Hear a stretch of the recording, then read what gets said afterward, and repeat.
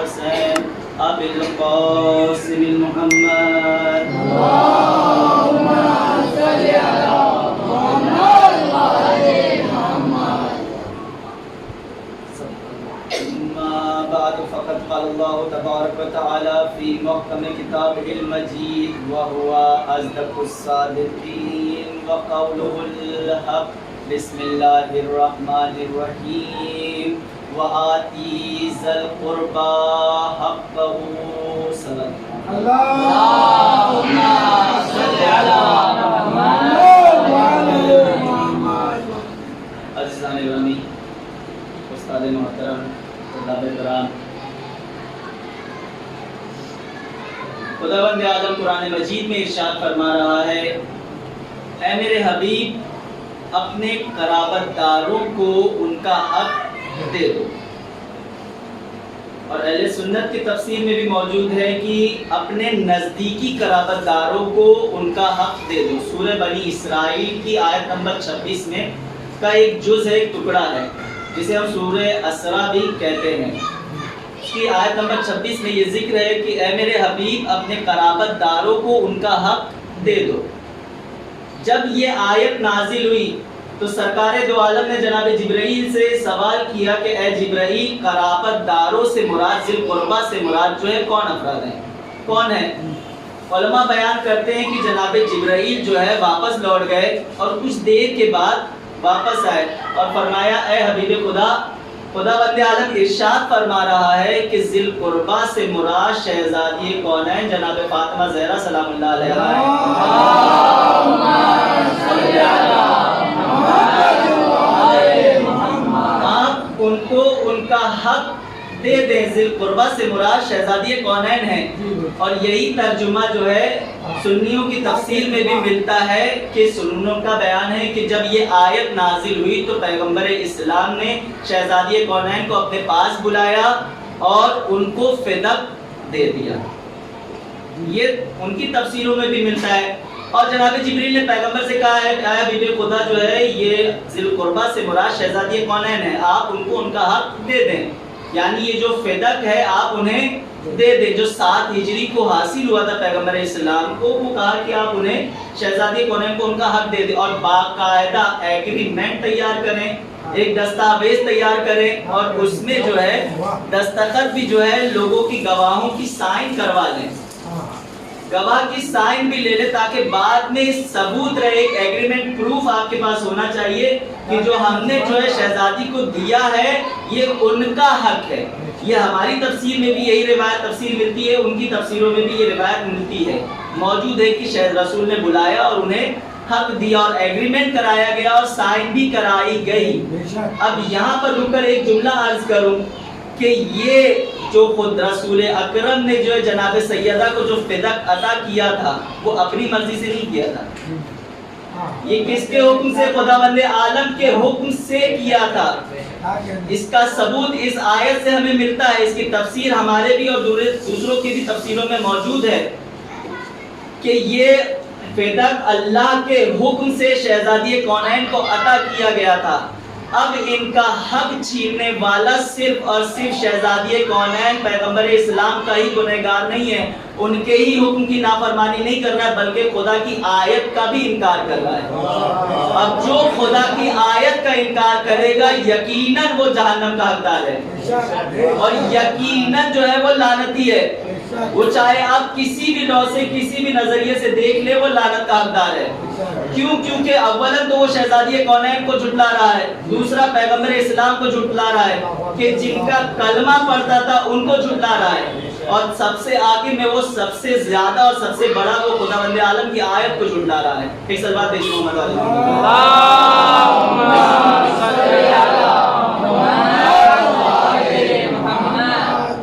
بہت جلدی کچھ باتیں جو ہے کچھ روایات آپ کے ذہن نشین کروں گا انشاءاللہ، اور اس کے بعد ربط مسائل. آج جناب فاطمہ سلام اللہ علیہا کے 2 اسماء کی کچھ وضاحت کر کے اور کچھ نکات بیان کر کے انشاءاللہ مجلس کو تمام کروں گا. امام جعفر صادق علیہ السلام بیان فرماتے ہیں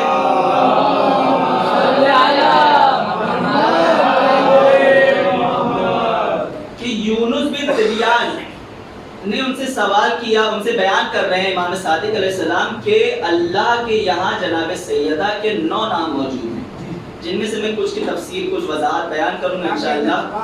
اول ہے فاطمہ، صدیقہ، طاہرہ، مبارکہ، مرضیہ، راضیہ، محدثہ، زہرا۔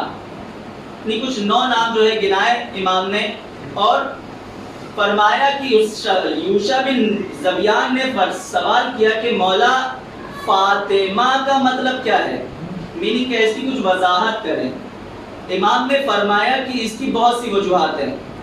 اول کہ اس لیے ان کا نام فاطمہ رکھا گیا کیونکہ وہ ہر مصیبت اور پریشانی سے دور ہونے رکھا گیا انہیں، اور دوسری کہ اگر علی نہ پیدا ہوئے ہوتے، علی کو خداوند عالم نے نہ خلق کیا ہوتا، تو کائنات میں آدم سے لے کر خاتم دنیا تک کوئی بھی جناب سیدہ کا کفو نہیں تھا، کوئی بھی جوڑا موجود نہیں تھا، اس لیے انہیں فاطمہ کہا رکھا گیا ان کا نام۔ پھر ایک اور روایت بیان کی، ایک صلوات دیجیے محمد علی محمد۔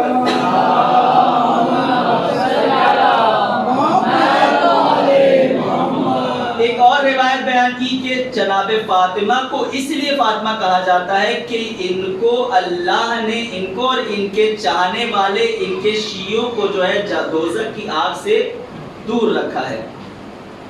ان کے چاہنے والوں کو، ان کے چاہنے والوں کو، فقط زبانی دعویٰ کرنے والوں کو نہیں، جو حقیقی محبت رکھتے ہیں، حقیقی چاہنے والے ہیں۔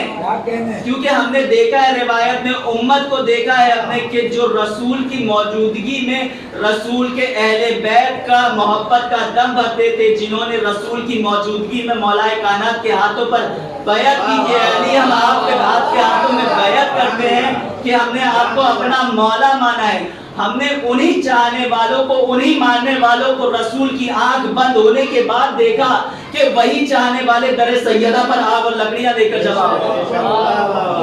تو روز محشر میں وہی چاہنے والے جناب سیدہ کے جنت میں داخل ہوں گے، ان پر دوزخ حرام ہوگی جو حقیقی چاہنے والے ہوں گے، فقط زبانی چاہنے والے نہیں ہوں گے۔ میں یہ جملہ ہمیشہ کہتا ہوں کہ محبت قلبی ہونا چاہیے، اگر لسانی ہوگی تو کیا پتہ کل کو خلافت کی لالچ میں ہمارا بھی ایمان ڈگمگا جائے۔ ایک صلوات دیجیے محمد علی محمد۔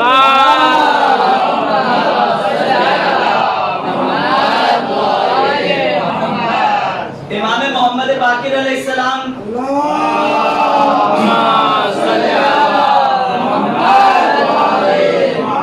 سورہ کافی جلد 2 صفحہ نمبر 74 میں اپنے ایک صحابی جناب جابر ابن عبداللہ انصاری سے بیان کرتے ہیں کہ میرے شیعوں کی صفات کیا ہے، میرے شیعوں کی کوالٹی کیا ہے، پہچان کیا ہے ان کی۔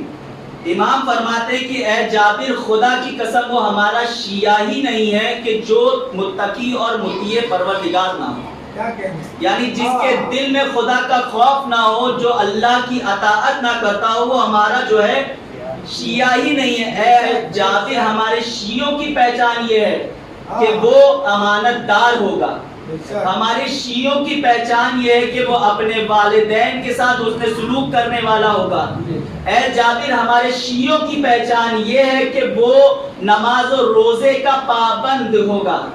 اے جابر، ہمارے شیعوں کی پہچان یہ ہے کہ وہ یتیموں کی، ضرورت مندوں کی، مسکینوں کی، غریبوں کی مدد کرنے والا ہوگا، ان کی حمایت کرنے والا ہوگا، نہ کہ ان پہ ظلم کرنے والا ہوگا۔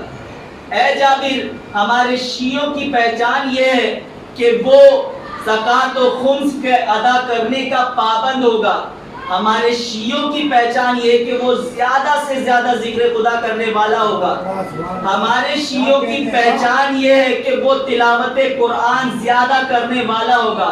ہمارے شیعوں کی پہچان یہ ہے کہ وہ عبادت خدا میں فقط خدا کو شامل کرے گا، کسی اور کو شامل نہیں کرے گا۔ یہ ہمارے شیعوں کی، یہ ہمارے حقیقی شیعوں کی پہچان ہے، یہ ہمارے حقیقی ماننے والوں کی پہچان ہے۔ اب اگر یہ ساری کوالٹی ہمارے اندر بھی ہے تو الحمدللہ الحمدللہ ہم اور آپ اس فہرست میں، حقیقی چاہنے والوں کی فہرست میں شامل ہیں۔ اگر ان میں سے ایک بھی ہمارے اندر نہیں پائی جاتی ہے تو خدا را جو اس فہرست پر عمل کرے، ان کو اپنی زندگی میں اتارے۔ ان صفات کو اپنی زندگی میں اتارے، ورنہ ہماری بھی محبت فقط زبانی ہوگی، لسانی ہوگی، قلبی نہیں ہونے والی ہے۔ ایک سر بات بھیجی محمد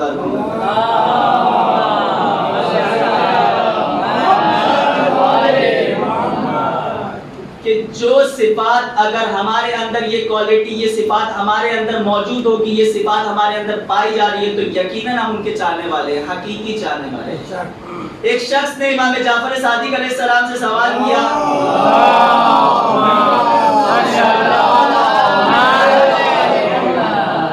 کہ مولا آخر کیا وجہ ہے، کیا مسئلہ ہے، کیا وجہ ہے کہ جناب سلمان فارسی ایمان کی اتنی بلندی پر فائز ہے؟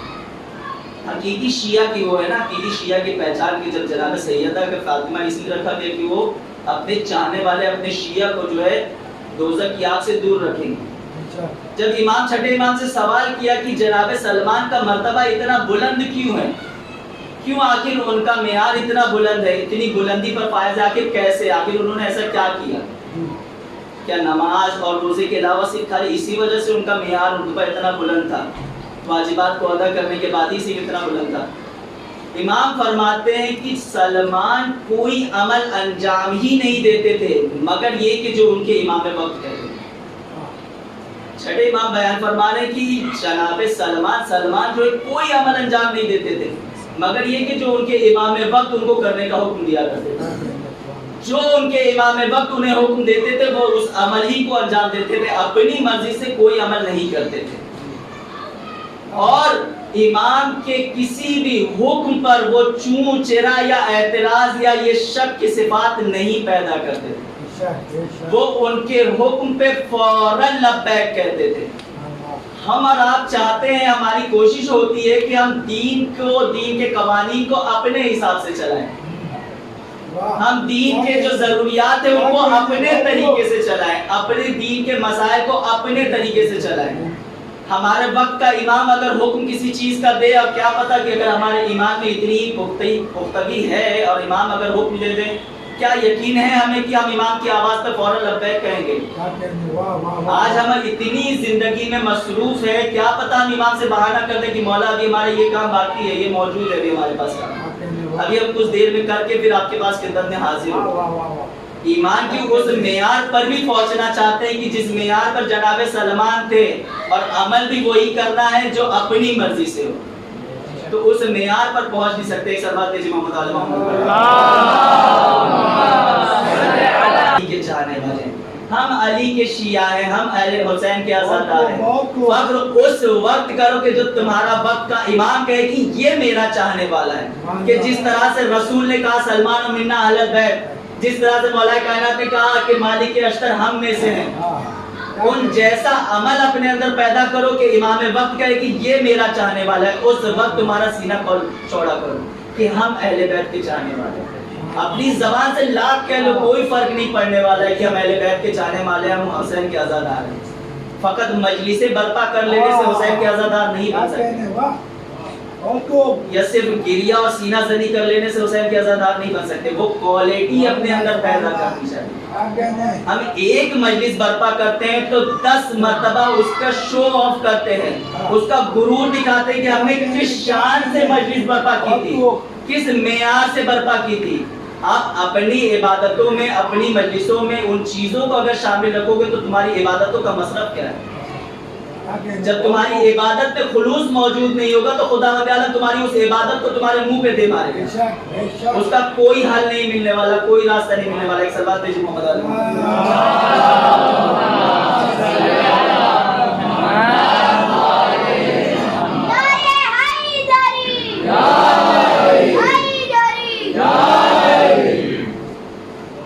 دوسرا ایک اور نام ہے جناب زہرا۔ ایک سلوات دیجیے محمد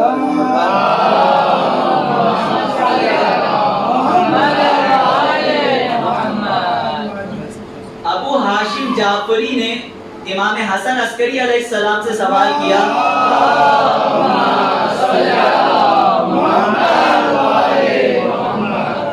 کہ مولا جناب فاطمہ سلام اللہ علیہا کو زہرا کیوں کہا جاتا ہے، اس کی وجہ تسمیہ کیا ہے، اس کی کیا وجوہات ہیں؟ امام فرماتے ہیں کہ اس کی بھی کئی وجوہات ہیں، بس ایک تو بیان کروں گا۔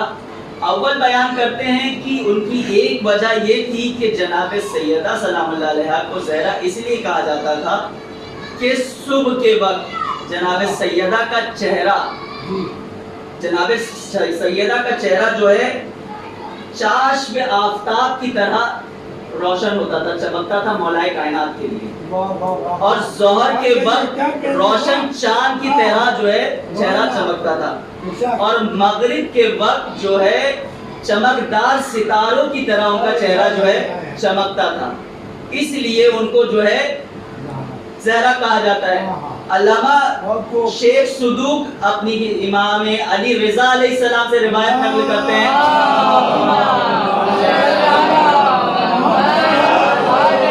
کہ جناب سیدہ کو اس لیے بھی زہرا کہا جاتا تھا کہ جب آفتاب میں ماہ رمضان کا چاند ہلال طلوع ہوتا تھا تو اس وقت جناب سیدہ کے چہرے کا نور اتنا زیادہ ہوتا تھا کہ وہ چاند جو ہے چھپ جاتا تھا، نظر نہیں آتا تھا۔ جب جناب زہرا سامنے سے ہٹ جاتی تھی تب جو ہے وہ روشن ہوتا تھا، تب وہ نظر آتا تھا، تب وہ دکھائی دیتا تھا، اس لیے انہیں زہرا کہا جاتا تھا۔ ایک آخری تسمیہ جو وجہ تسمیہ ہے، امام جعفر صادق علیہ السلام ارشاد فرماتے ہیں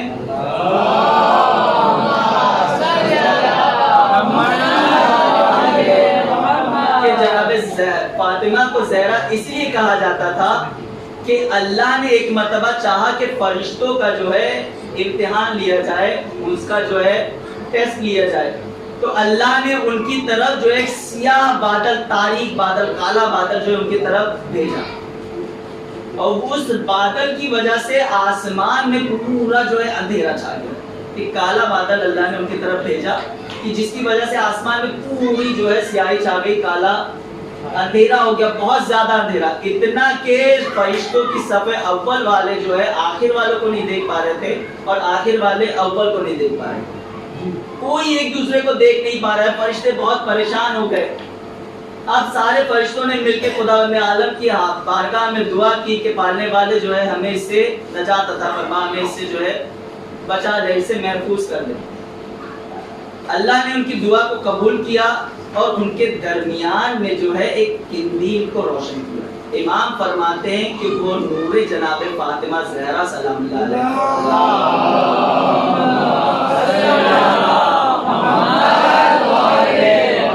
کہ جس قندیل کو، جس کو روشن کیا تھا امام آسمان میں فرشتوں کے سامنے، اور اس کی روشنی، اس کا نور اتنا زیادہ تھا کہ اس کے نور سے ساتوں آسمان اور زمین تک روشن ہو گئے۔ اسی وقت جناب فرشتے دوبارہ سے جو ہے تسبیح و تقدیس میں جو ہے خدا کی تسبیح و تصدیق میں مشغول ہو گئے۔ صلوات بھیجیے محمد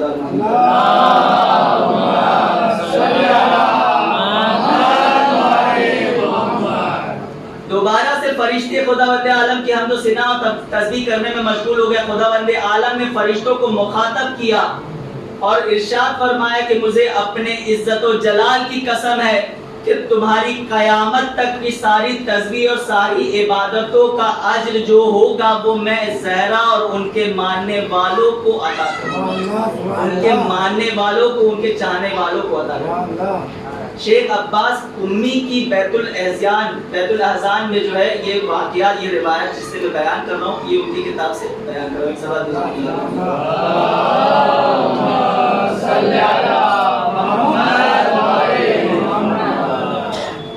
جس کا اتنا بلند مرتبہ، جس کے فضائل، جن کے نام میں اتنی بلندی اور جن کا مرتبہ اتنا بلند، نے ہمیں ہمارے اور آپ کے لیے ایک آئیڈیل ہے، نمونہ عمل، نمونہ ہے ہمارے لیے، کہ جن کے نقش قدم پر اگر ہم اور آپ اپنی زندگی کو بسر کریں تو یقیناً ہماری زندگی اتنی خوبصورت ہو جائے گی، اتنی خوبصورت ہو جائے گی کہ جیسے ہمارے وقت کا امام چاہتا ہے کہ ہمارا چاہنے والا ہونا چاہیے۔ فقط ضرورت ہے کہ ہم ان کے نقش قدم پر، ان کے بتائے ہوئے راستوں پر عمل کریں۔ ہم اور آپ صرف سنتے ہیں مگر عمل کے میدان میں ہم اس معیار کو اپناتے نہیں ہیں۔ فقط بس شامل ہوتے ہیں اور انہیں سنتے ہیں اور ان پر عمل کرنے کی کوشش نہیں کرتے ہیں. ہم اور آپ جانتے ہیں, ہم مجلسوں میں شریک ہوتے ہیں, ہم نے سنا ہے واقعات کہ جناب سیدہ سلام اللہ علیہا کس طرح سے جو ہے اپنے بچوں کی تربیت کیا کرتی تھی, کس طرح سے ان کی جو ہے تربیت کرتی تھی. جب امام حسن امام حسین علیہ السلام واپس آتے تھے تو ان سے سوال کیا کرتی تھی کہ میرے لال آج نانا نے جو ہے خطبے میں کیا بیان کیا, کیا بتایا آپ کو. اور وہ سارا واقعہ جو ہے امام حسن امام حسین علیہ السلام جناب سیدہ کو بیان کرتے تھے, اور جب مولائے کائنات آتے تھے تو جناب سیدہ وہی ساری چیزیں بیان کرتی تھی کہ یہ آج میرے بابا نے بیان کیا مسجد میں. اب جب مولائے کائنات سوال کرتے تھے کہ آپ کو کیسے معلوم, آپ تو وہاں موجود نہیں تھی, تو جناب سیدہ کیا کہتی تھی کہ میرے بچوں نے مجھے یہ واقعات سنائے کہ میرے بابا نے مسجد میں یہ خطبے یہ چیزیں بیان کی ہیں.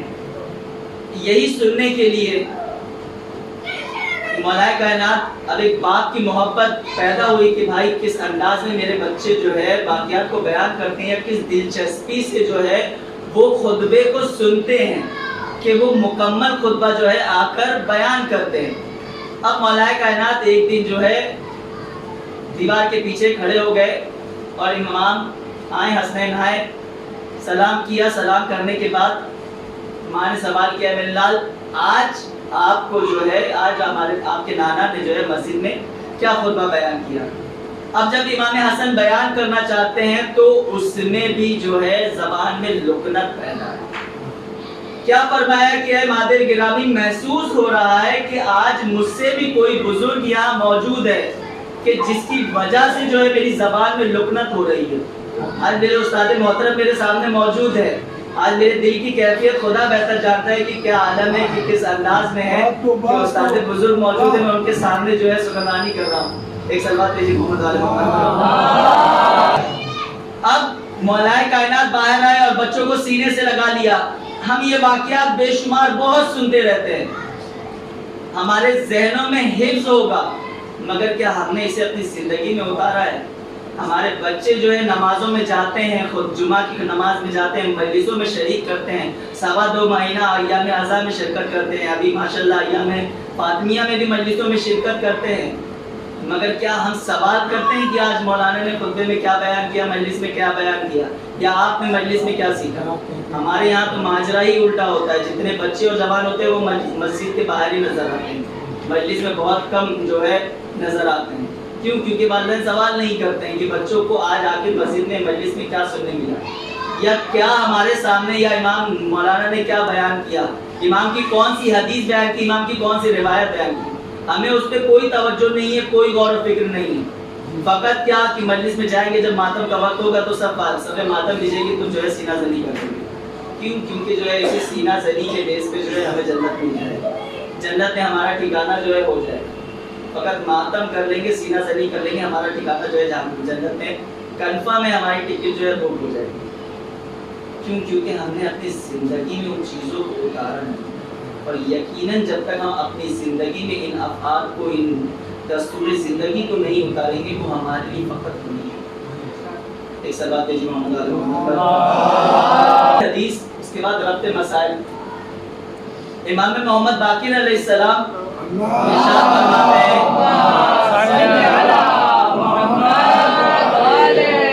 کہ جب بھی تم تسبیح زہرا سلام اللہ علیہا پڑھا کرو نماز کے بعد, جو 100 دانے کی اذکار پڑھتے ہو, اس کے فوراً بعد استغفار کرو. خدا وند عالم تمہارے استغفار کو, تمہارے تمام گناہوں کو جو ہے معاف کر دے گا. اور اس ایک تسبیح کے بدلے تمہیں میزان میں 100 دانے کی تسبیح کے بدلے تمہیں میزان میں 1000 اعمال, نیک اعمال کا ثواب عطا کرے گا. اور تمہارے اس ایک تسبیح کے پڑھنے کے عوض میں شیطان تم سے دور رہے گا. 5ویں امام بیان فرما رہے کہ شیطان تم سے دور رہے گا اور رحمان تم سے جو ہے راضی ہو جائے گا.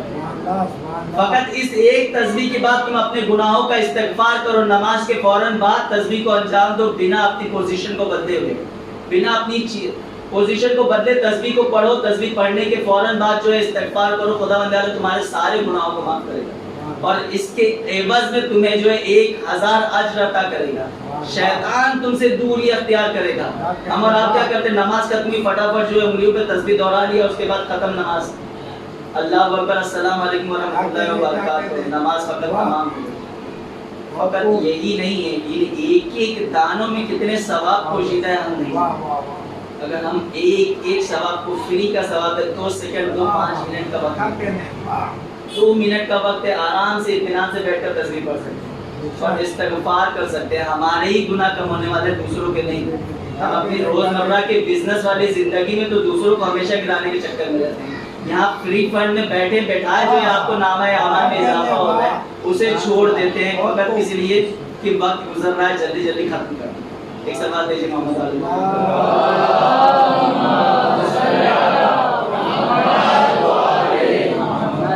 فقط یہی نہیں کہ جس کی منزلت, جس کا رتبہ, جس کے لقب کی اتنی زیادہ خسارت, اتنی زیادہ خسارت, جس کی اتنی زیادہ اہمیت کہ جو خود صدیقہ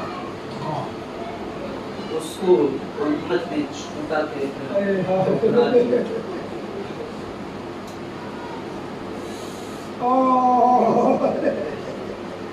رسول خدا جناب خدیجہ سے سوال کرتے ہیں, اے بی بی آپ کی کوئی خواہش ہے, کیا آپ کچھ چاہتی ہیں؟ جناب خدیجہ نے انکار کر دیا کہ نہیں میری کوئی خواہش نہیں ہے. پھر رسول نے سوال کیا, اے بی بی کیا آپ کی کوئی خواہش ہے؟ جناب خدیجہ نے پھر انکار کر دیا. اب جب تیسری بار رسول نے اصرار کیا کہ اے بی بی کیا آپ کی کوئی خواہش ہے, جناب خدیجہ کہتی ہے اے میرے والی و وارث میری ایک ہی خواہش ہے. کہا بی بی کیا ہے؟ کہا اے میرے والی و وارث اپنی امت سے کہہ دیجئے گا کہ میری بیٹی سے کبھی اونچی آواز میں بات نہ کرے. انصاف سے بتانا کیا سید خدیجہ کی اس وصیت پر عمل کیا گیا یا نہیں کیا گیا؟ جسے دربار میں اتنا زیادہ کھڑا رکھا گیا, اتنا وقت تک کھڑے رکھا گیا. ایک شاعر بیان کرتا ہے کہ جس کا در چوم کے افلاک بڑے ہو جائے, جس کی تعظیم میں سرکار کھڑے ہو جائے, کیا ستم ہے کہ اسی فاطمہ زہرا کو, سیدہ طاہرہ صدیقہ و معصومہ کو آپ کہتے ہیں کہ دربار میں کچھ وقت لگا. آپ کو علم ہے کچھ وقت کا مطلب کیا ہے؟ یہ جو کچھ وقت ہے پیغام اجل دیتا ہے, نوجوانی کو ضعیفی میں بدل دیتا ہے.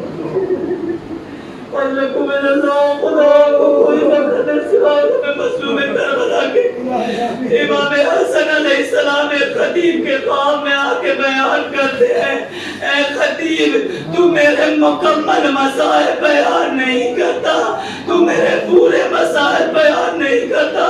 وہ کہتا ہے مولا میں آپ کے کون سے مسائل نہیں بیان کرتا, مولا میں آپ کے سارے مسائل بیان کرتا ہوں. مولا میں آپ کے یہ بھی مسائل پڑھتا ہوں کہ آپ کے جگر کے باہر تک ٹکڑے گرے.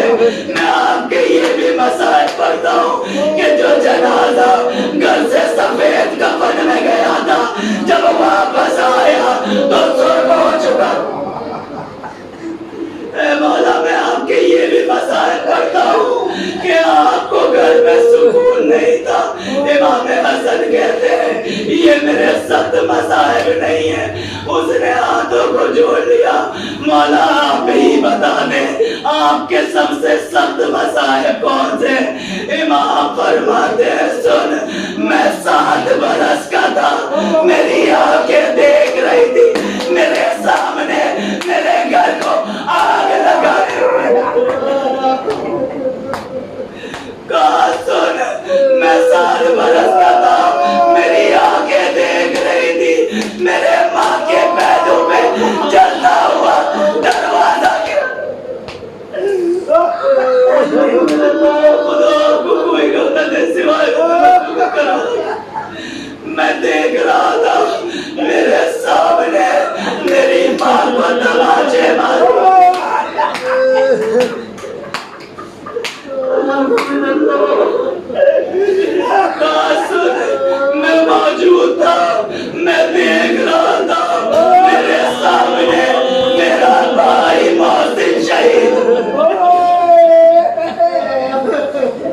خدا آپ کو کوئی نہ کرے سوائے کربلا کے. کسی نے امام حسن سے سوال کیا مولا آپ مسجد کے لیے اتنا لمبا راستہ کیوں لیتے ہیں, آپ اس نزدیکی گلی سے ہو کر کیوں نہیں گزرتے, جب آپ ان افراد کو دیکھتے ہیں تو وہاں پر زاروں کا دار کیوں گریا کرنے لگتا ہے. امام نے فرمایا جب میں اس گلی کو دیکھتا ہوں کہ جس میں میری ماں کے قاتل ہے, مجھے میری اماں کی شکستہ پسلیاں